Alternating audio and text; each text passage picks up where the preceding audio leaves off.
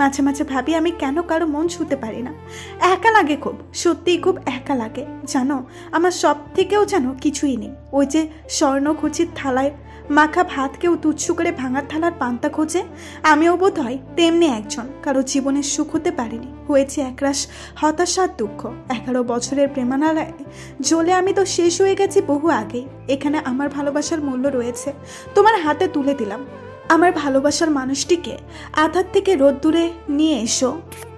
কিছু সময় হলো কয়েক পাতার চিঠি আর কিছু ডকুমেন্টের পার্সেল এসেছে।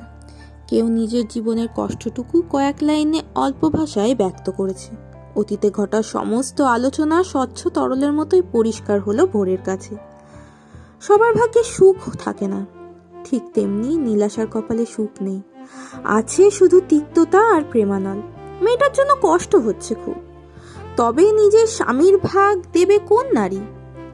রক্তিম হয়ে আছে শুভ্র আকাশ, অসুস্থ কাকের কা কা আওয়াজে পরিবেশটা বিষাক্ত হয়ে গেছে।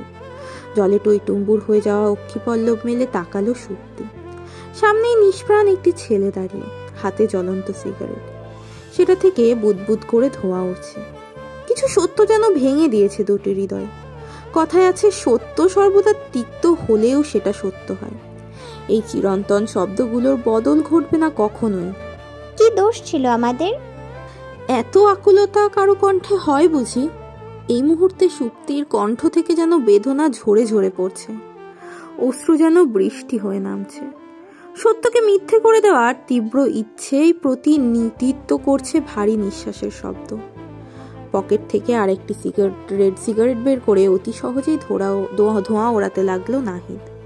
তাচ্ছিল্য হাসল মেয়েটি, আর চোখে তাকিয়ে সুপ্তির অবিশ্বাস্য চাহনি পরিলক্ষিত হলো।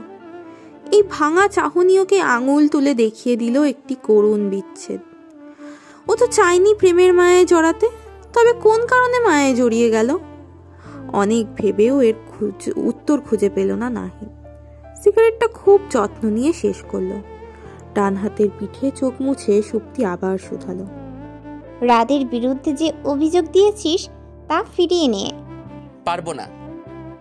নাহিদ কিছুটা এগিয়ে এলো নাহিদ, চোখ দুটো অসম্ভব লাল। গত 3 রাত এক মুহূর্তের জন্যও চোখের পাতা বোঝেনি। শরীর ক্লান্ত, দেহে যেন প্রাণ নেই।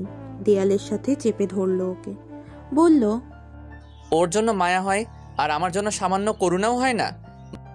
না হয় না, একজন প্রতারকের জন্য কেন করুণা হবে? মানছি আমি প্রতারক, তবে সবকিছু মিথ্যে হলে ও আমার ভালোবাসা কিন্তু মিথ্যে নয়। সেটা বিলাসিতা মাত্র। একটা সুযোগ দিবি আমায়?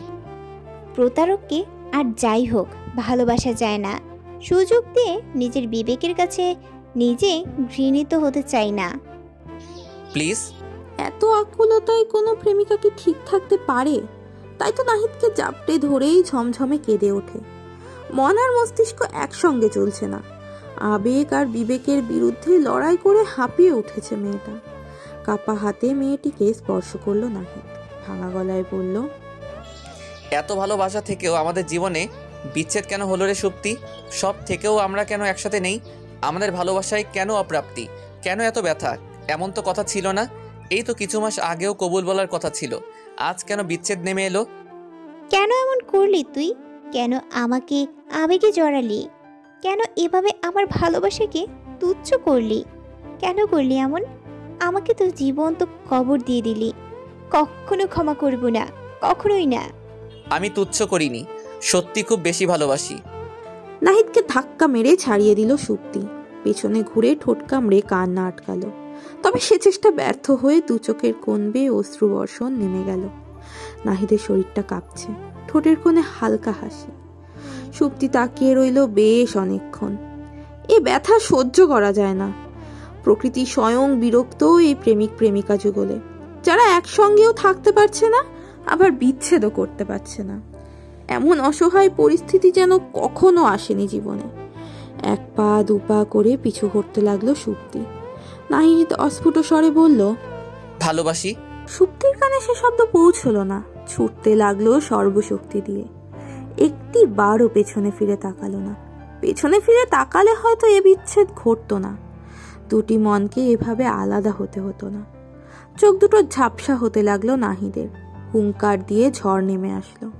তারই সাথে মিশে গেল দুটি হৃদয়ের আর্তনাদ। প্রকৃতির যেন মায়া হলো বেশ, তাই তো সঙ্গ দিয়ে দিয়ে বৃষ্টি নামালো। প্রকৃতিও যেন বলতে চাই এ পৃথিবীতে যেন আর কারো বিচ্ছেদ না হয়, আর তা না হলে নিষিদ্ধ হোক ভালোবাসা, কিংবা বিলুপ্ত হোক অনুভূতি নামক শব্দটা। জেলে আটক অবস্থায় রাতকে দেখে হৃদয়টা ছিন্ন ভিন্ন হয়ে যাচ্ছে। শিখের ভেতর হাতটা বাড়িয়ে দিল ভোর। খুব যত্ন নিয়ে চুমু খেলো রাত। এই কয়েকদিনে বেশ কিছুটা পরিবর্তন ঘটেছে। গালের খোঁচা খোঁচা দাড়ি আর ভরাট মুখে রুগ্ন চাহনি। হালকা মলিন হাসিটা যেন বারবার কর্পূরের মতো উবে যায়। মেয়েটা কেবলই মনে হলো রাত ভীষণ ব্যথিত। আপনি চিন্তা করবেন না, খুব দ্রুত আপনাকে ছাড়িয়ে নিব আমি। এই শরীর নিয়ে রোজ রোজ দেখা করতে আসো কেন? আমার যে সময় কাটে না ডক্টর সাহেব, মনে হয় আমি এই দুনিয়া থেকে বহু দূরে। এমন বেখালি হলে চলবে? এখন তো আমাদের পুচকো আসতে চলেছে, প্রচুর খাওয়া দাওয়া করতে হবে, ফিট থাকতে হবে। আপনার লাইসেন্সের জন্য আমার ভালো লাগছে না। আর চিল, আমি কোনো অন্যায় করিনি, তাই ভয় পাওয়ারও কোনো কারণ নেই। বরং আমরা একটা পার্টি দেবো খুব তাড়াতাড়ি, আমাদের বাবু আসার পার্টি। মলিন হাসলো ভোর। বক্স থেকে খাবার বের করে রাতের দিকে লোকমা বাড়িয়ে দিল। বেশ তৃপ্তি নিয়ে খাবারটি মুখে তুলল রাত। একটু দূরে দাঁড়িয়ে আছেন রামিসা আর ইফতিহার। দুজনের ভালোবাসা সকল কষ্টকে ঠুনকো করে দিচ্ছে যেন। হসপিটালটা বন্ধ আছে আজ প্রায় 9 দিন। দেশের বিভিন্ন স্থানে আন্দোলন সংগ্রাম চলছে। জনগণ মেনে নিতে পারছে না এই অন্যায়, কারণ গত কয়েক বছর ধরে মাথার ঘাম পায়ে ফেলে সকলকে সাহায্য করেছে রাত।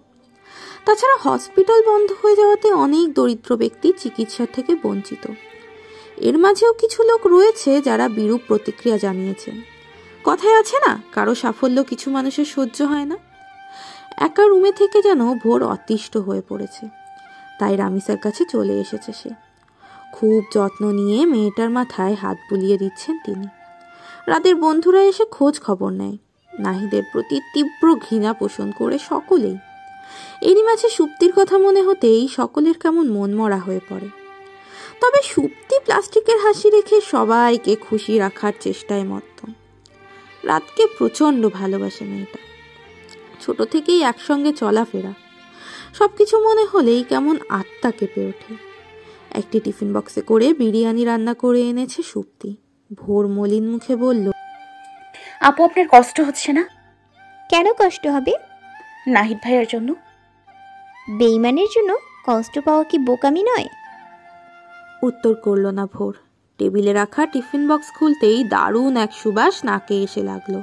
ভোর বলল, আপনি বানিয়েছেন রাইট? হ্যাঁ, রাত বলতো আমি নাকি বেস্ট বিরিয়ানি রান্না করি। একদম সত্য বলেছেন উনি। চটপট প্লেট নিয়ে 2 চামচ বিরিয়ানি নিয়ে নিল ভোর। কোগ্রাসে গিলছে দেখে সুপ্তি বলল, ধীরে। খুব মজা। আমার তো ইচ্ছে হচ্ছে রোজ এমন বিরিয়ানি খেতে। রোজ খেলে স্বাদ থাকবে না।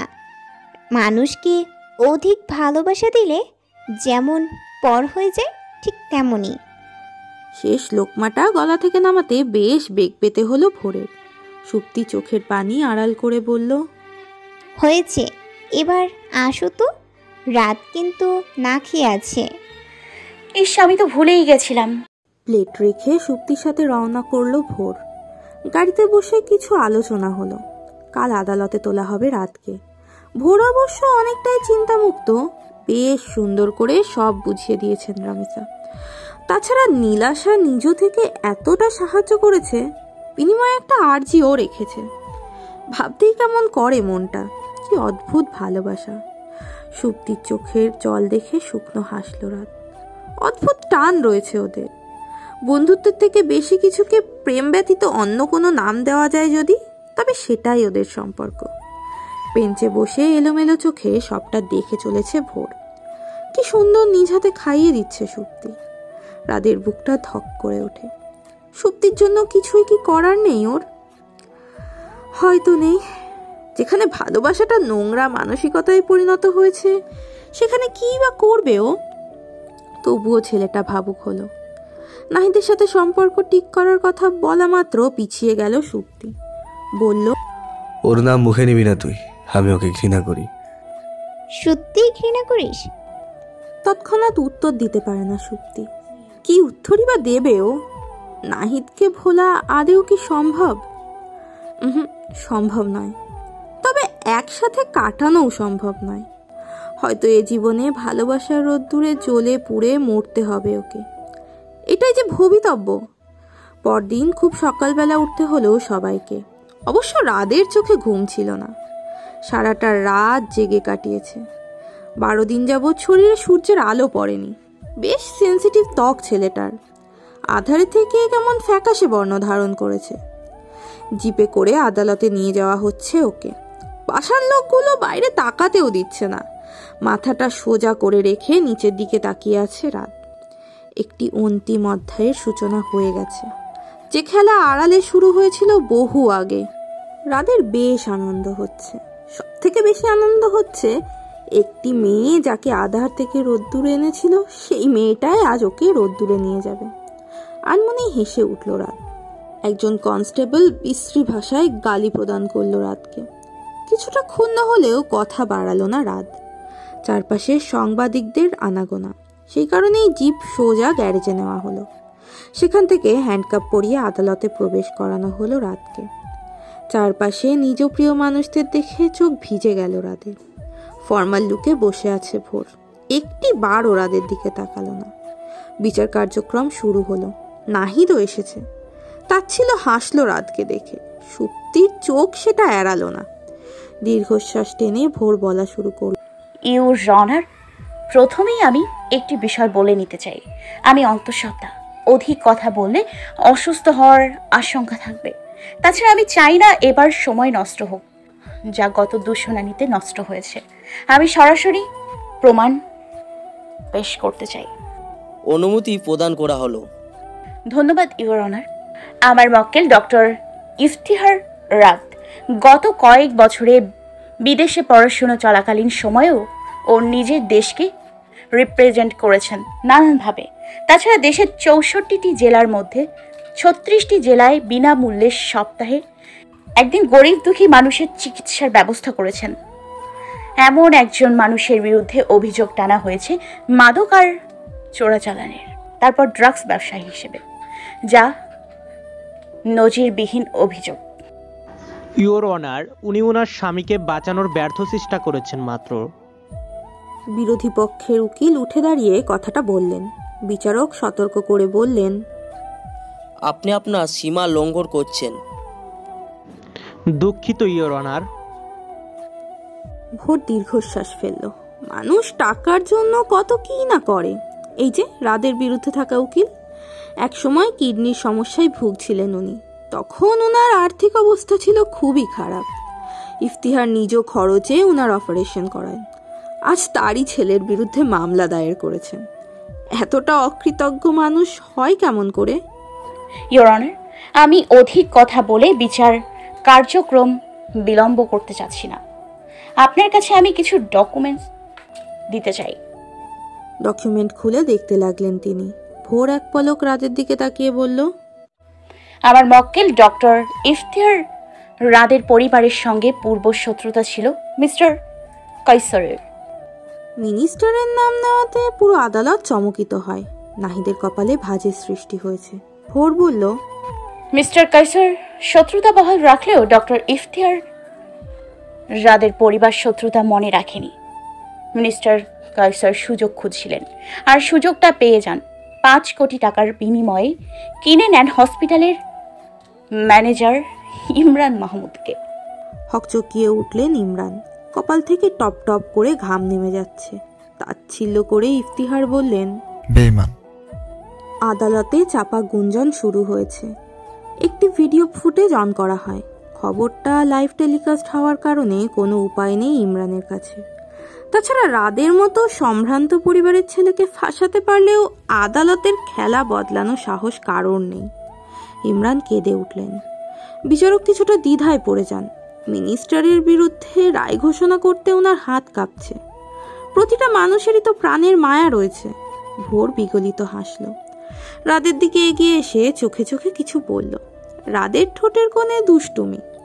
আদালতের এমন পরিস্থিতিতেও ওরা কতটা সুখী। নাহিদের বুকটা ভেঙে যাচ্ছে। সুপ্তির দিকে তাকাতে পারছে না। ভোর বিচারকের দিকে প্রগাঢ় দৃষ্টিতে তাকালো।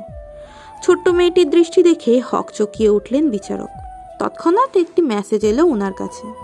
ওপর মহল থেকে মেসেজটি দেওয়া হয়েছে। তিনি যেন স্বস্তি পেলেন। ভিডিও ফুটেজে মিনিস্টার কায়সারের সকল কুকর্ম স্পষ্ট দেখানো হচ্ছে। নাহিদ উঠে দাঁড়ালো। সামান্য চাপচানোর চেষ্টা করলেও সুপ্তির দৃষ্টির জন্য পারল না। এত ঘৃণা কেন এই মেয়ের দৃষ্টিতে?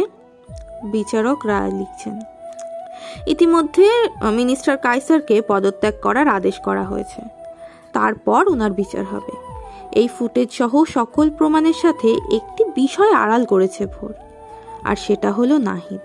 ছেলেটা অবাকই হলো, তবে বিন্দুমাত্র অনুতপ্ত হয়নি নিজ কর্মে। কেন অনুতপ্ত হবে? ওর কষ্টের সম্পর্কে কি কেউ খোঁজ নেয়? নেয় না।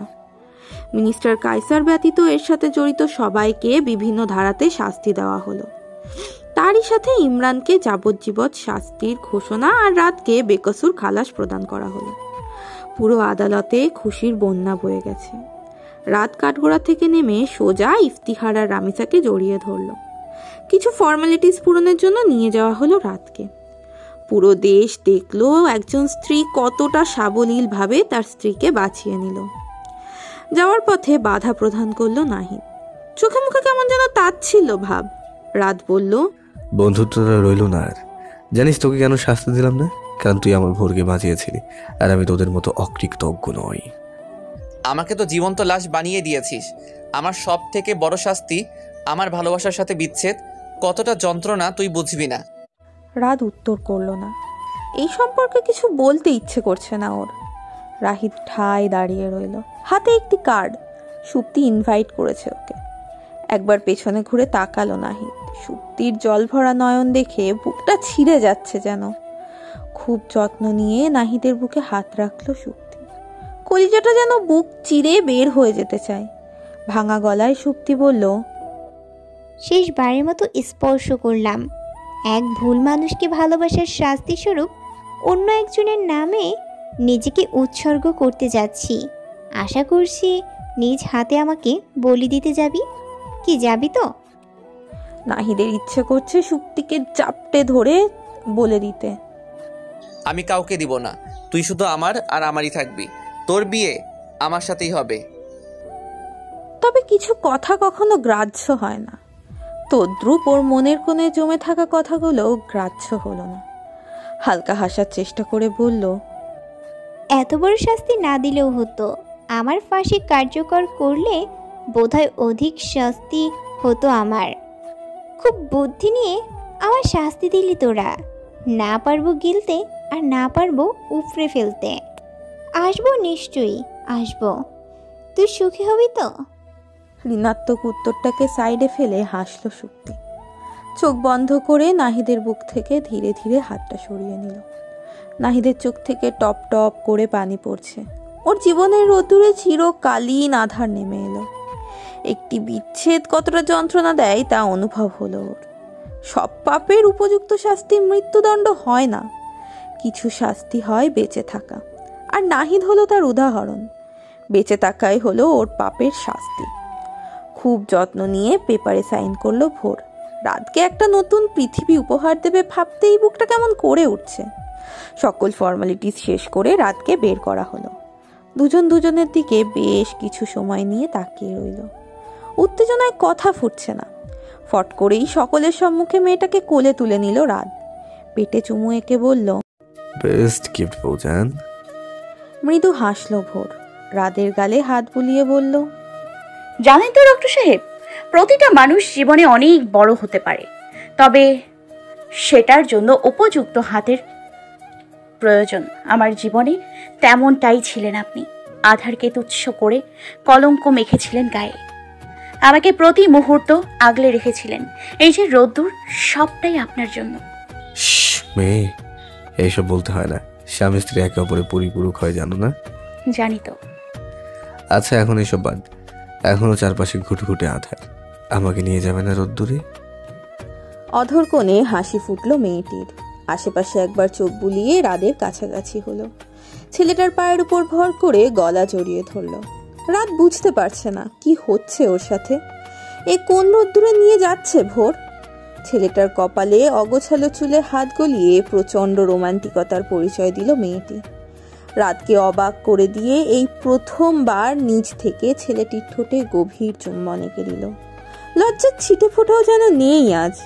মৃদু হেসে চোখে চোখ রেখে বলল, এই বিষাক্ত আধার কাটিয়ে চলো রোদ্দুরে।